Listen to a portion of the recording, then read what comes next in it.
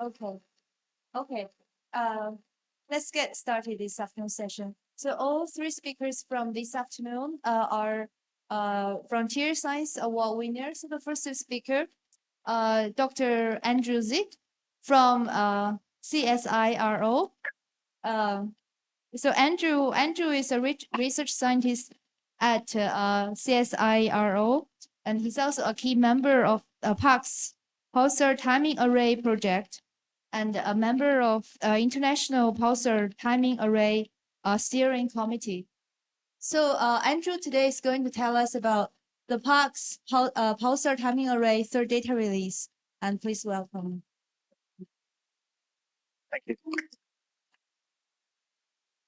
Thank you. Thank you for that. And it's a great pleasure to be here, and it's a real honor to win this FSA award. So thank you to the committees and to the whole ICPS. It's been really an amazing week. So my name is Andrew Zick. I'm from the CSIRO. I'm here to speak about the Parkes Pulsar Timing Array Third Data Release. But I'd also like to spend a bit of time for those who may have missed some of the great talks we heard yesterday on introducing pulsar timing arrays from, for example, Yanjun Guo or Tao Liu. I would like to spend a bit of time also introducing the concept. So just some acknowledgements. This work was carried out primarily on the land of the Wallumattagal people and the Wurundjeri people of the Kulin Nation, who are the traditional owners of the land of the where we work. And CSIRO's Parkes of the Radio Observatory is on the traditional lands of the Wurundjeri people, the traditional Aboriginal owners of that land. So we'd like to acknowledge those as the traditional owners and pay respects to their elders past and present. I would be going amiss if I also didn't acknowledge my team. So this is the Parkes Pulsar Timing Array collaboration, at least some of the key members that contributed to this work. I'd like to particularly highlight the contributions of Daniel Reardon, who jointly with myself led this work in the DR3 analysis. Here we are at Black Hole Track somewhere. Ooh. Okay. Here we are at Black Hole Track somewhere in the mountains. But also other team members like George Hobbs and Ryan Shannon for their leadership in guiding this program. Doing really well. And some of the students and team members, and finally some of the senior members of our collaboration like Dick Manchester and Matthew Bales for steering the ship. Also to the entire International Pulsar Timing Array team, of which we are a part, for their roles in coordinating this effort. So pulsar timing arrays. These are experiments that have been going on for a long time, now for more than 20 years. The concept has been around for longer. The primary aim is to detect gravitational waves at ultra low frequencies. So that's a few nanohertz. These gravitational waves, we hope, will provide a really powerful probe of cosmology, supermassive black hole evolution, things like dark matter. We heard that wonderful talk from Tao Liu yesterday, galaxy evolution, early universe, nuclear matter, the interstellar medium, and more. There are also ancillary aims of constraining the solar system ephemeris, establishing a pulsar-based timescale, and more. So it's a real science bonanza. So the concepts were first introduced in these set of landmark papers by Sargent in 1977, Detweiler in 1979, who first introduced the concept that gravitational waves could induce fluctuations in pulsar times of arrival, pulse times of arrival from pulsars. Hellings-Downs, who introduced the fact that these fluctuations would be correlated among pulsars, and Foster and Backer from the UC Berkeley, who just thought about how to actually go about constructing such an experiment. So that's all the way back in 1990. So we've heard much about gravitational waves in the last few years and even at this meeting. Primarily, this has been at gravitational waves at a few hertz to hundreds of hertz. But like the electromagnetic field, the gravitational waves also has a wide spectrum, which can tell us about a wide range of astrophysics. So the ground-based experiments are really probing stellar mass black holes and pulsars. We also heard the nice talk Murriyang. But we also have lower frequency signals from, for example, merging white dwarfs, which is expected to be probed with space-based observatories, or the in-spiral and merger of supermassive binary black holes, which is really the nanohertz bands, the sort of years to decades to century-long timescales that we can probe with pulsar timing arrays. Finally, of course, we have very, very early universe large-scale fluctuations, which we can probe with cosmic microwave polarization. Yes, so this is just an overview, a schematic of the different sorts of signals and strange spectra we can probe with the different sorts of instruments. So we have LIGO and advanced LIGO here, LISA in the sort of millihertz regime, and finally we have the pulsar timing arrays all the way down at nanohertz. So what are pulsars? They are an incredible gift to astronomers. Basically, they are neutron stars, the remnants of exploded massive stars rotating a few times per second. They have beams of radiation which emanate from some magnetic polar regions, and as they rotate, these beams basically pulse past our line of sight, and we detect them as a radio pulse. Most pulsars spin at frequencies of a few hertz, maybe 10 hertz. But the best pulsars in terms of stability spin about as fast as a blender. So a few hundred hertz, a few tens of thousands RPM. So these are called the millisecond pulsars, and they are incredibly stable natural clocks. So the way that they're spun up to such high spin frequencies is via a process called recycling, where they accrete matter from a companion and spin up. The individual pulses, the problem is that they're individual pulses from these pulsars. So this is a diagram showing the pulse, a sequence of pulses from an individual pulsar, J2145 minus 0750. Individual pulses are faint and are hard to detect. So typically what we do is we fold many pulses together to form an integrated pulse over one observation. And that allows us to form a high signal to noise pulse profile. We can then cross-correlate this with a template, and we're then able to measure a pulse time of arrival to typically sub-microsecond precision. If we do timing, if we time these pulses over a long time span, we can get up to very, very precise estimates of their spin frequency. So this is a paper recently out by Daniel Reardon, where he was able to constrain the spin frequency of the brightest millisecond pulsar to 1 part in 10 to the 16. So these are incredibly precise, stable clocks over a long time scale. So they're stable over decades. So that they're basically a perfect tool for doing this sort of experiment. So how does it work? We know how pulsars rotate. We know that they spin down over time. They have binary orbits. They have astrometric effects like proper motion and parallax. We can model all of these and form a timing model which is predictive. We should be able to predict when pulses should arrive at any given epoch in the future. And doing that, we can actually time the time of arrival of the pulses and actually count exactly how many rotations have occurred over the course of these observations.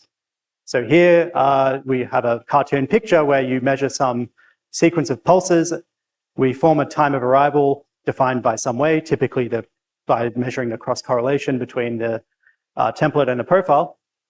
And the difference between when we expect and when we measure the time of arrival is called the timing residual. And so if we observe this time, if we construct these timing residuals over time, we can infer key physics. Question? What are the gaps? Yeah, so this is timing residuals over maybe 10 days. Our telescope is not always pointing at pulsars, unfortunately, so we have gaps in our observing schedule. Nonetheless, you know, it doesn't look like it, but these are actually very irregularly spaced. It depends on when the telescope schedulers give us time to point at the pulsars. So this is from a millisecond pulsar 1937 plus 21, the first one to be discovered. And we know from this that between the first and the last observation, there were 674,489,762,880 pulses, rotations of the star. So that's the sort of precision we're working with. You can also see it's not flat. right? It's got this long-term secular drift. This is because not all pulsars are millisecond pulsars, as great as they are. They're not all perfectly stable. Some of them have spin frequency wandering, which we call spin noise, and there are many other effects which can cause stochastic signals in these pulsar times of arrival. These pulsar residuals also tell us much about the physics of what's going on as well. For example, we might find an unmodeled binary, and in fact, the first extrasolar planets were found by looking for the effect that they induced in the pulsar time of arrivals. So how does the gravitational waves come into this?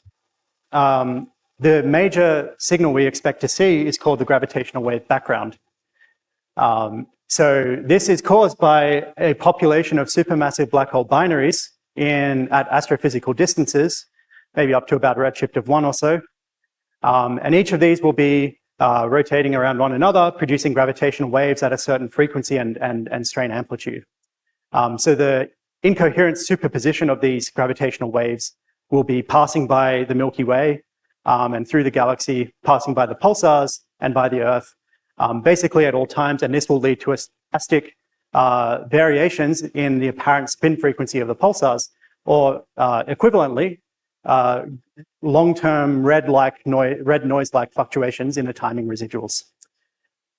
So if we just look at the mathematics of it, basically it's described by an integral over the directions towards the pulsars over time, with the strain at the Earth and the strain at each pulsar. So there's a pulsar term and an Earth term which contributes to the stochastic signal we expect to see. So how do we do this experiment then? We have a stochastic signal we're looking for. We can't describe it with an analytic waveform. We can describe it though with a power spectrum. So we can take these timing residuals. This is all simulated, by the way. This is not our real data, just to clarify. We take our timing residuals. We can fit for them in a power spectrum in the Fourier domain, which will look like this. For supermassive black holes in circular orbits, they should have a power spectrum with a spectral slope of 13 thirds.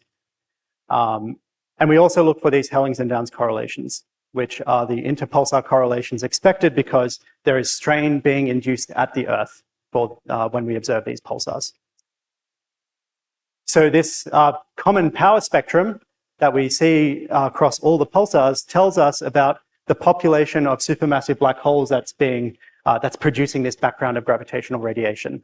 So the key thing we want to extract from these observations is all of this information that's embedded in here about the number density, the mass ratios, and the evolution of these binary systems over time. So the idea is that if we measure this spectrum, we should be able to extract this information. But there's also other physics we could try to do with that as well, which I don't show here. The inter-pulsar correlations was defined by Hellings-Downs, and it has this particular form. It's induced by the fact that from the Earth, there will be a correlated residuals between the pulsars. Okay, so the Parkes Pulsar Timing Array, we're largely based in Australia, but we have membership around the world. A big contingent from China, in fact, but also from New Zealand, India, Poland, Japan, and the US. Roughly 35 members. They're basically the people on these two papers, which I'll be talking about today, mainly helping with observing and the astrophysics. We're a major project on Murriyang, which is CSIRO's Parkes radio telescope, observing for around 8 hours per fortnight, but that depends on the availability of the telescope. Currently observing a network of about 35 pulsars. We started in 2004. We were the first pulsar timing array experiment sort of formally formed and commence, and that was thanks to the then world-leading technology on Murriyang, something I'll touch on in a sec. So Murriyang, it is the new name for Parkes, the CSIRO's Parkes radio telescope. This is a name given to it by the traditional owners, the Wiradjuri people, and it basically means sky world, where Bayami, one of the traditional spirits, lives. So it's a wonderful gift, and it's nice to honor the traditional owners of the land in this way. In Australia, it's located about here in Western New South Wales. That's the dish there. It's 64 meters across. So that's what we use entirely for our observations. But we are not the only pulsar timing array. We're part of a large international community that sort of falls more or less under the umbrella of the International Pulsar Timing Array. So here we are in northern Queensland last year at last year's IPTA science meeting in Port Douglas. There's a large and wonderful, vibrant group of people, some of which are here in the audience today. So we have the Indian group, the North Americans, Nanograv, EPTA from Europe, and two new ones on the new kids on the block using incredibly powerful telescopes, FAST using the CPTA using FAST, and MeerTime using the Meerkat KA precursor. Okay, so how did we get here? Recently, we've seen some exciting evidence of gravitational waves presented. I'd like to just present a bird's eye overview from a personal perspective. So we have the foundations I mentioned early on. These were really the founding papers for that set out the concept for this experiment back in the 70s and 80s.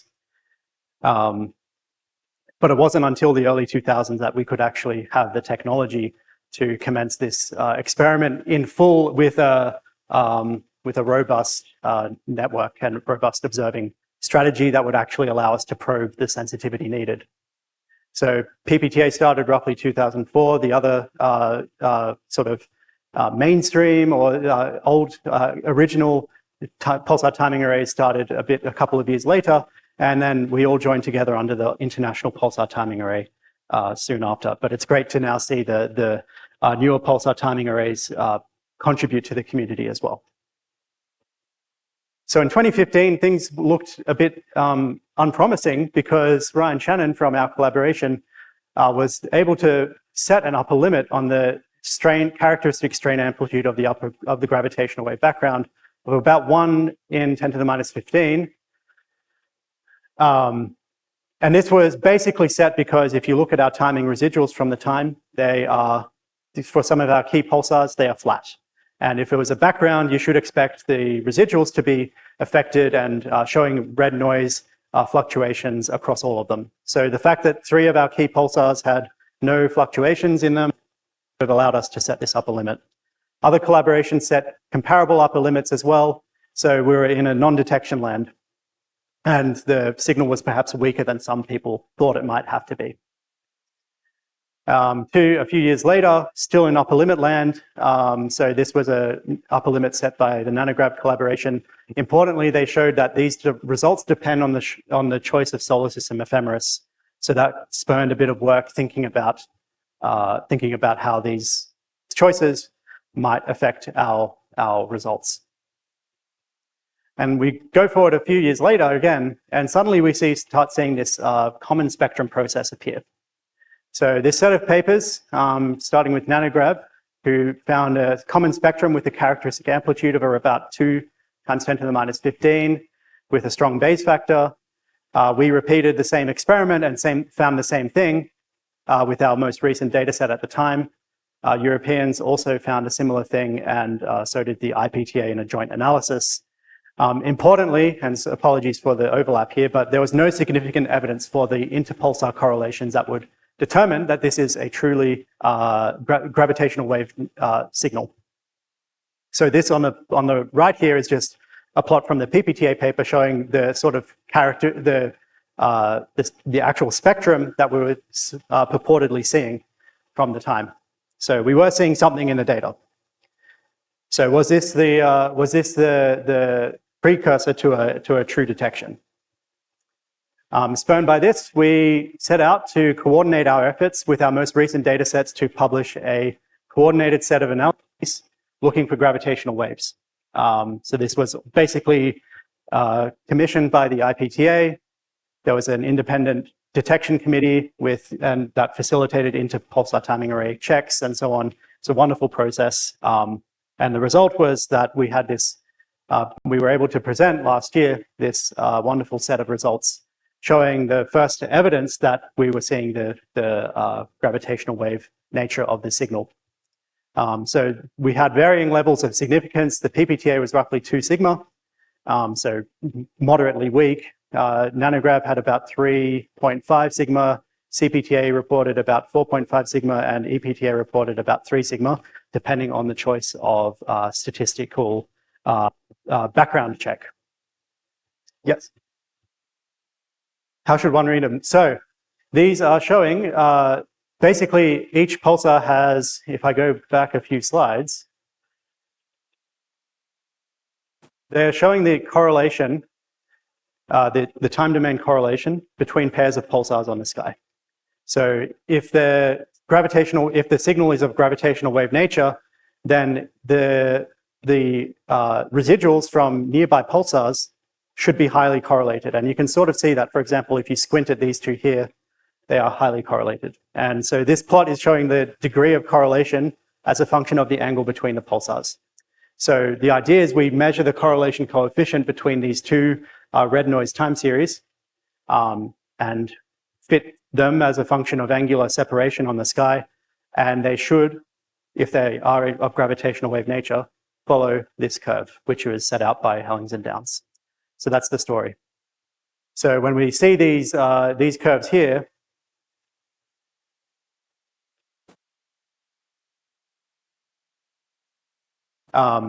these are basically multiple inter-pulsar correlation measurements binned into angular bins to sort of guide to enable us to actually see what the correlation curves is doing over angle. So more or less, they agree with this Hellings-Downs. The error region. So it's just the fact that the correlation measurement is not very certain. It's a very hard signal to measure, and there's a lot of other systematic effects we have to account for to actually extract this inter-pulsar correlation. So the cartoon I showed you is really a cartoon. In a second, I'll show you the other effects we have to deal with to try and get there. But these individual dots, if I'm not wrong, and Heng Shu can correct me, but these are sort of showing you the individual measurements for one individual pair. So they can be quite, an individual pair can be quite unconstraining, but if you bin them together, you'll get this overall picture where the correlations look good. And this received quite a lot of exciting press. So it was a great achievement for the collaboration. Okay. So this is now just to speak about the Parkes Pulsar Timing Array Third Data Release. So that's an overview of where we got. Up until 2018, using Parkes, we recorded only using narrow bandwidth radio frequency receivers on Murriyang, our telescope. So the DR3 incorporates a few years of ultra-wide bandwidth observations taken with this new fancy receiver from 2018 to 2022. Because of that, we're able to increase the number of pulsars we observed. I'll get to that in a second. And we provide high-precision pulsar timing and value-add data products to the community. So our ultra-wide bandwidth receiver spans 704 to 4032 megahertz in radio frequency. This is the widest bandwidth receiver on any telescope at the moment, but may soon be surpassed. To give you an idea, so what I'm showing on the left here is a pulse profile measured across radio frequency. So the x-axis is pulse phase, rotational phase of the neutron star. The y-axis is radio frequency. And you can see we're recording the pulse intensity across a huge bandwidth now. These gray bands are showing the bands that we used to observe with our legacy set of receivers. So in the past, we would have to switch receivers to observe at this frequency, and this frequency, which took a lot of time. We had to repeat observations of the same pulsar. So our observing efficiency has dramatically increased, which has allowed us to observe more pulsars and observe the good ones more frequently. Yeah, good point. So I think I'll get to it in about a slide, but there are many effects that we have to account for in doing this experiment. One of them is, for example, the fact that we have to account for the spin of the neutron star may not be perfectly regular and may fluctuate, may have this sort of secular evolution. That will cause achromatic, as in frequency independent, variations in the times of arrival. Propagation of the radio waves through the interstellar medium is a very chromatic effect. It delay, for example, low frequencies will be delayed more than high frequencies as they propagate through the interstellar medium. And if the interstellar medium changes over time, that delay will fluctuate and you'll see frequency dependent fluctuations. I'll show you some pictures soon to help you understand. So apart from that, we can also do this technique called wideband timing, which accounts for how the pulse profile evolves across radio frequency and allows more precision estimates of times of arrival. I'll keep your question in mind. So this is just to show a sort of schematic of the data set, showing our observations dating back all the way to 2004. The different colors are showing different wavelengths or different radio frequencies. So the blue is high frequency, the green is mid frequency, the yellow is low frequency. So in the past, we had these 3 bands, which we've now been able to expand into this sort of continuous bandwidth. And you can also see the increased cadence we're able to observe with and the additional pulsars we've added to our set of data. So basically, each dot here is a single observation at that radio frequency. The timing residuals look like this. So if you just take the times of arrival, you subtract a model for when they should arrive, you get the timing residuals. And this is what we see. This is the full 32 pulsar data set. And if you look at the colors correspond in the same way to the wavelength. So yellow is low frequency, blue is high frequency. You can see that there are frequency-dependent fluctuations in the times of arrival. This is really the dominant effect, and this is happening because, basically because of propagation effects. The interstellar medium is changing over timescales of months to years. That causes the frequency-dependent delay of the pulsar pulse arriving at Earth to change as a function of time. And so we see these frequency-dependent fluctuations in the times of arrival. So this is the sort of data we work with from the pulsar timing array point upwards. There's a lot of work to get it actually to this point in the first place.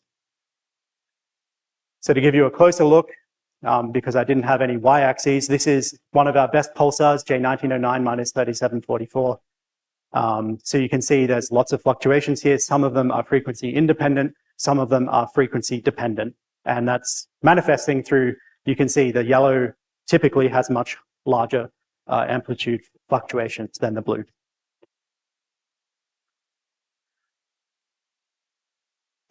So my emoji bullet points haven't quite rendered properly, but that's okay. Unfortunately, pulsar timing is sensitive to astrophysical processes. That sounds like a good thing, but for looking for gravitational waves, there are a lot of nuisance terms to get to overcome. So we need to do a very careful job of understanding and modeling the complex noise characteristics in these pulsars. So what we're looking for is gravitational waves from the background or a single source, or maybe some alternative, cosmic strings or models like this. But we know that neutron stars are not perfectly stable in their spin. We know that their magnetic fields can be dynamic and cause the pulse shape to change. We also have propagation effects, like I mentioned. So the pulsar might be passing through, the pulsar pulse might be passing through the solar wind. And this is a plasma. It has electrons. The solar wind is variable and its density is variable depending on the impact parameter between the pulsar and the sun, which changes over the course of the year. So if you're not careful, you can see these really nice, sharp, high one year period spikes in the times of arrival because the pulsar is getting closer and further away from the sun, and that causes frequency-dependent delays towards the pulsar to increase and decrease over time. All of our times of arrival are referenced to the solar system barycenter as an inertial reference frame. This therefore implies that we are totally dependent on our knowledge of the solar system ephemeris that's provided to us by NASA. It's getting better over time, but we have seen, as I showed earlier, differences in our results depending on the choice of ephemeris. Our clocks are really important as well, and clock errors will manifest as a monopole correlated signal in our times of arrival, because you'll see the same error in all pulsars equally and more. So there are lots of effects we have to deal with. So for a given pulsar, we would like to fully characterize all of these signals before we do any of this gravitational wave analysis. This is our own sort of philosophy for doing this. So before describing the pulsar residuals under a gravitational wave model, because we're doing a detection experiment, our philosophy in the PPTA is to first construct a really good null model that describes the data, with the sort of philosophy that a poor null model may lead to a sort of straw man argument and an unreliable inference. So the key points to consider are really that for a single pulsar, if you're just looking at a single pulsar, steep spin noise, these rotational irregularities in the pulsar should be indistinguishable from a gravitational wave background because they cause red noise-like fluctuations in the timing residuals that do not depend on radio frequency. So this means that if you had a pulsar that was affected by a gravitational wave background with a certain spectrum, or a pulsar that had rotational irregularities described by the same spectrum, to distinguish between these two scenarios without knowing the full array of information. All other signals typically will depend on some choice of instrument or the observing backend that was used, which has been upgraded over time, or radio frequency. And all of these other terms are potential pollutants to our gravitational wave signal model. So our goal is to take these timing residuals and model all of these systematic signals so that once we subtract them away, they are spectrally white, as in there is no red noise left, and they're Gaussian distributed. This tells us that we've done an okay job with understanding the noise in our data. So to give you an idea, here we have some timing residuals, lots of chromatic effects all over the place, quite complex. After we've done our noise modeling, which I can talk about later if I have time, we can see after subtracting away all the time domain realizations of our models, they're all spectrally white and Gaussian distributed in terms of the statistics. So this tells us we've done a good job with dealing with the systematic noise. And I'll touch on why this is important in a second. So science outcomes. The first job was really to see, can we recover this common spectrum process, which should be, it's sort of like the autocorrelation of this gravitational wave signal among all the pulsar covariances that we can construct. So we see this. This set of spectral estimates are various estimates taken in different methods of the power spectral density across frequency. So this bin corresponds to 1 over our observing timeline, so 1 over 18 years, and 2 over 18 years, and so on. And you can see we see a signal that can be well described by a power law. If we fit that power law, we get this posterior here. And if we represented it as a strain spectrum, that's our amplitude, 3 times 10 to the minus 15, with a spectral index of minus 0.45. If you represent, that's for the strain spectrum. If you represent it in terms of the power spectrum of the timing residuals, we have this spectral index gamma, which is 3 minus 2 alpha, and that is 13/3, indicated by that black dash line there. So this is a common spectral, a stochastic signal common to all pulsars, described by the same power spectrum. Oh, importantly, I wanted to touch these 3 colors here, DE 440, 438, and 421. These are 3 different choices of solar system ephemeris. 421 we know is wrong and is quite old. And what we see is that the results don't really depend on them anymore. Our ability to distinguish between gravitational waves and these choices of reference frame have thankfully appear to have decoupled. So that's a great. So why do I bang on so much about these systematic noise terms and frequency-dependent fluctuations in the timing residuals? If we take a basic approach where we just go, oh, okay, we'll just account for the most basic terms we can in the systematics, and we do the same experiment, we retrieve this estimate of the power spectrum here, whereas with our full model, we retrieve this one. You can see they're quite inconsistent. And so this is a bit of a worry because really to get to the physics of the background, it relies on us making these accurate spectral characterizations. So why does it matter? Well, one reason you might care about the shape of the spectrum is because it's defined by the population of black hole binaries underneath it. And so if you get that shape wrong, you'll be making an incorrect conclusion on the shape of the gravitational wave background spectrum. You might also assume that it comes from a different origin to supermassive black holes if it's significantly different from the 13 thirds we expect for circular supermassive black hole binaries. So it's really important, and it's important to note that we're still in a bit of a systematic dominated area, and we're still going to need a bit more time and more data combination to really pin down the true nature of this spectrum and get some accurate estimates. 5 minutes, okay. I'll try to speed up. So, just to go through our search for cross correlations, we took a bit of a novel approach to this because it's quite a complex task computationally. It can take many months to run the full 435 pulsar pair covariance matrix through our Bayesian pipeline. So instead, we took an approach where we took each pair of pulsars individually and we marginalize over all the systematic terms, and we just look at what is the amplitude and correlation coefficient, the common amplitude and the correlation coefficient for that pair of pulsars.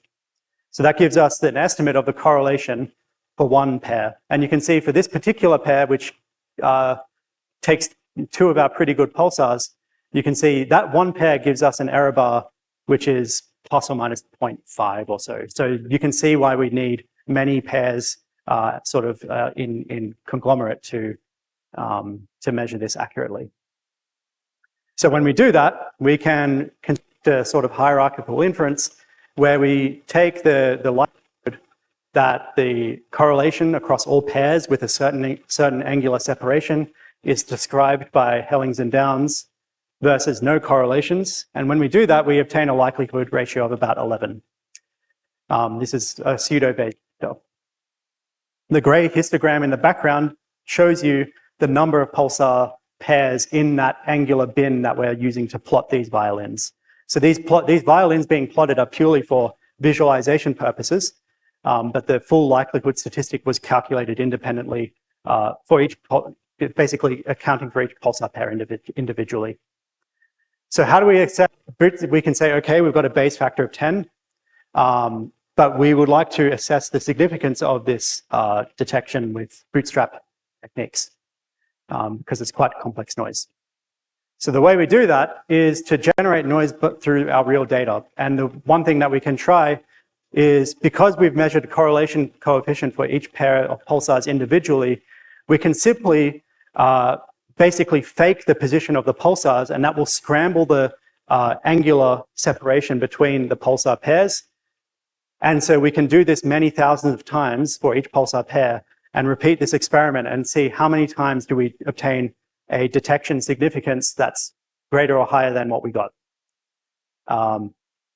So there are a few different ways of doing this. I just described sky scrambling. You can also shift the Fourier phases of the signal.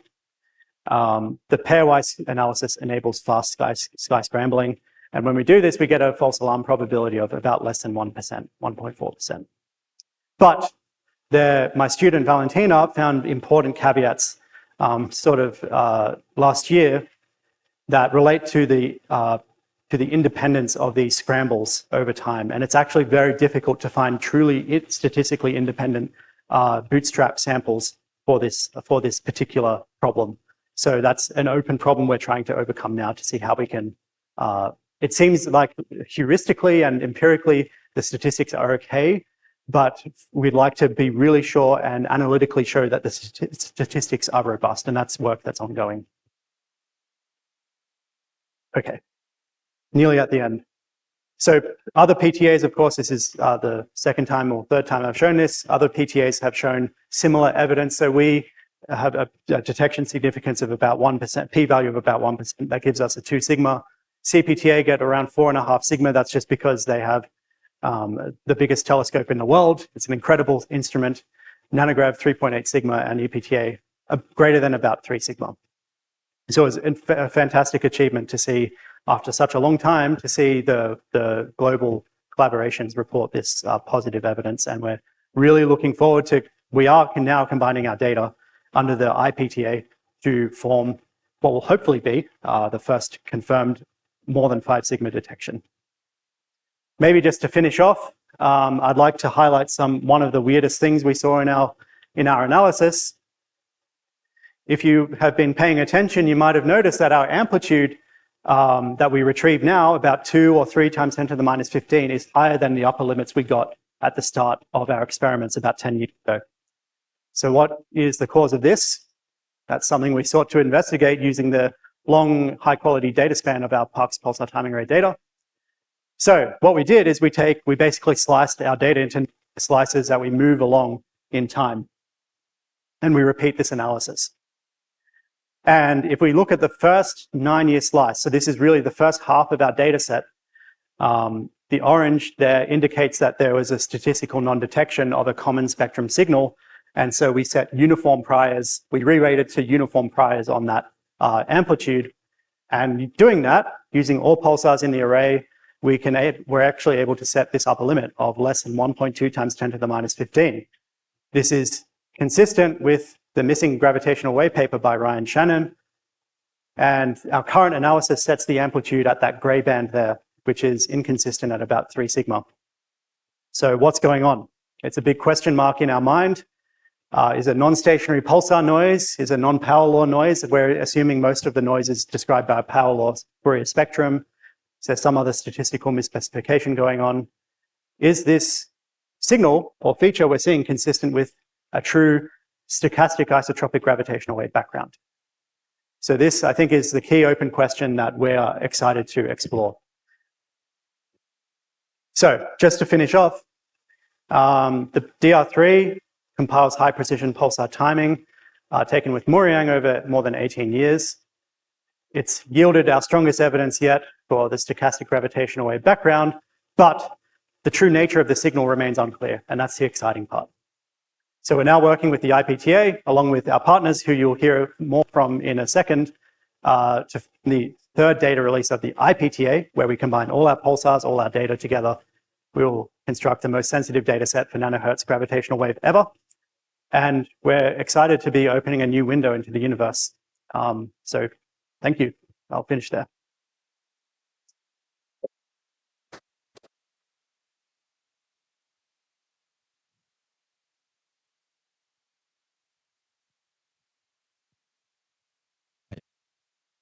What do you mean with the true nature of the signal? What is the true nature of this signal? No, I mean, what do you mean with the true nature of the signal remains unclear? Yes. What could it be? Well, we heard from Yunjun's talk yesterday that they can't really distinguish strongly between a gravitational wave background or a gravitational wave background plus a continuous wave source, for example. We don't see the same evidence for that. But you have to ask what gravitational wave signal could possibly cause there to be non-detections for the first 10 to 15 years before suddenly getting louder right when, FAST and Meerkat turn on. Maybe it's systematics, but, one very speculative answer is, could this be a single source and a single eccentric source, for example, perigalacticon? No, I find that very healthy. I find it very healthy to have this attitude. But yes. My question, actually, to rephrase it, was what models or what ideas have been proposed? Yeah, I think at this stage we're still trying to really probe the significance of this apparent result. But in our mind, like I mentioned, the easiest astrophysical answer for me would be an eccentric binary nearby, a single source. And if that's the case, then that's really exciting. But our single one. Yes, a single eccentric binary. With an eccentricity above what? How much? I couldn't tell you. Because I have more questions, really. Because I noticed that the first paper with the Russian, he was mentioning the binaries of, I guess translation is bad. I guess that he was referring to supermassive stars. Yeah. So I think he meant supermassive black holes.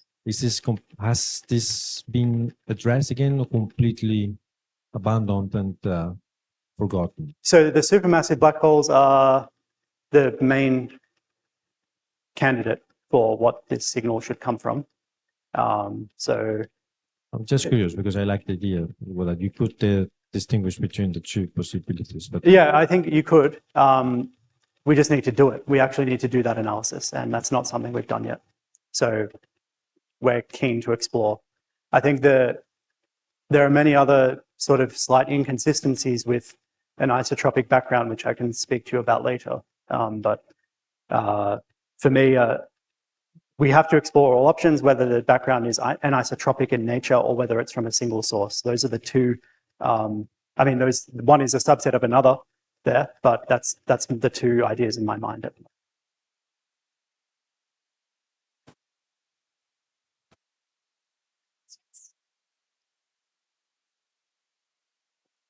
There was a slide where you showed the advanced analysis and the basic analysis, and there are some differences. So I wasn't listening too carefully, but does that mean that there is a large kind of systematic? Yes. Yeah, so this slide, Yes. So does that mean that depending on the model, for example, so the actual prediction might change? So Very much so. I That's see. yes. So your assumptions about what is going on in the pulsar noise very much changes the spectrum. Basically, because when you're doing this model, all of the noise has to go into well, I'll call it a bucket, a certain term that describes fluctuations in the timing residuals. Let's say you had some noise that had a power spectrum that had an amplitude and a frequency with a spectral index, but it defended on radio frequency to the -6, say. Now, if all you had was a model that had the same thing, but new to the -2, then there's a lot of excess power at low frequencies, which will get ascribed somewhere, and there's some basically Bayesian model misspecification that goes on. In the paper I published in 2022, I showed it's really, really easy for excess power that's not modeled well in a single pulsar to basically leak straight into the gravitational wave term, because it's you've got a very highly multidimensional model. Each pulsar has about 10 or 15 terms that we model. We have about 30 pulsars, and then there's a single term at the end, the gravitational waves, which can basically pop a lot of the excess power. So Yeah, I wonder if there's a sense that you exhausted all the, different choices of noise modeling in some yeah, sense, it's a big problem because it's sort of this combinatorial thing. What our approach is basically to keep adding terms to our systematic noise model until we get to this point where the data is well described by when we subtract away the best fitting time domain models of these models. I see. When we subtract them away from the timing residuals, that they are spectrally white, so they have no excess power at low frequencies, and they are Gaussian distributed. This tells us that our models account for all the signals in the data before we do the gravitational wave analysis. Then when we do the gravitational wave analysis, we combine all the pulsars together, we do a joint marginalized analysis over all these systematics, and the philosophy is that this should give us the most robust answer and the most, hopefully, the most accurate statistics as to what the shape of this spectrum is. And we've reproduced that with simulations. I see. Thank you.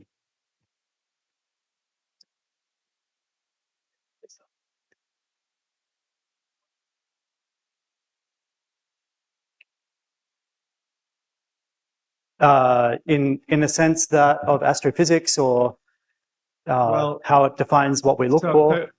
Are you assuming they're evenly distributed and this supermassive black holes merging all over the place? That's the idea? So this analysis is a search for an isotropic stochastic gravitational wave background, which we assume comes from an isotropic distribution of binary black hole pairs in the sort of astrophysical nearby universe. What size of black holes? So supermassive, mass ranges of about 1 billion to 10 billion solar masses, orbits of years to tens of years. These are what we are sensitive to. And in the sort of up to redshift 1 universe. That's the sort of canonical picture of what we're looking for in these searches. So if we look for that signal under those assumptions, all the results I showed is what we found. But we could do another search where we look for another type of signal, and maybe we'll get better fitting results. maybe we'll see a slightly different answer or shape to the spectrum. An easy way to tweak things would be to relax the assumption that the power spectrum is power law, and we could instead fit for a different form of the spectrum, which would tell us that maybe all of the black holes are eccentric, for example, or more of them are eccentric rather than entirely circular orbits. So there are things we can tweak in the model that will change what we are basically fitting for when we're doing this search. So if you had a super duper event of two supermassive black holes forming a new one, that would actually completely change this correlation. It would change the curve, or yeah. So I think it would like that. Yeah, a single curve. You see it in the data to start with. We're in not quite the signal to noise regime to distinguish between these scenarios yet, I think is the answer. So a single source that's very massive with a slightly different form of the correlations. And that wouldn't fit in this analysis at all. We didn't do it in this analysis. You could in principle do it, but these analyses are, I mean, like I said, the Bayesian run takes months. So this is not something that's just trivial to fit. So we could do this, and people do these look for alternative explanations. It's not something we did in our work, but for example, when Siron this afternoon gives his talk on the nanograv work, their team did many more possible checks for what astrophysically could be causing the background. Thank you. So Andrew, I have a very quick question. You said there are about 35 pulsars being used, the millisecond pulsars being used for the study. So obviously they are in different places in around the Earth, but is there any thought going into the selection of this set of millisecond pulsars? Yes. Like where they have to be to best assess? Unfortunately, we can't put pulsars where we want them. We just have to find them where they are. So most of them lie inside the plane of the Milky Way, but we do have a few around that lie off the plane. One of them is 0437, which is the brightest pulsar. So what's the distance range of this? A few hundred parsec to a few kiloparsec is the range.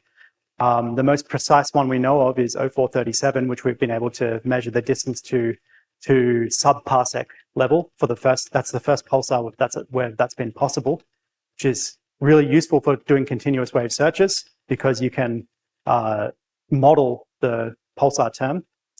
But in terms of finding pulsars and selecting pulsars for our sample, it started in 2004. So we basically started monitoring the ones we knew, the best ones we knew at the time. People are continually searching for new pulsars and finding them. And as that has happened, it's been a game of, is this pulsar good enough to warrant, for example, adding it into our schedule, getting more time, or perhaps replacing a slightly worse one? And the answer has been mainly, if you look at this, if you look at these plots here, most of them we just keep on observing. And we've basically just added new ones over time as they've come along. So we've kept the original set, and if we find really, really good ones, we keep observing them. We add them to the schedule. Thank you. No problem. Okay. Thank you, Andrew, for the very nice talk. Thank you. Thank you very much for having me. So let's get back here at 2:45, please.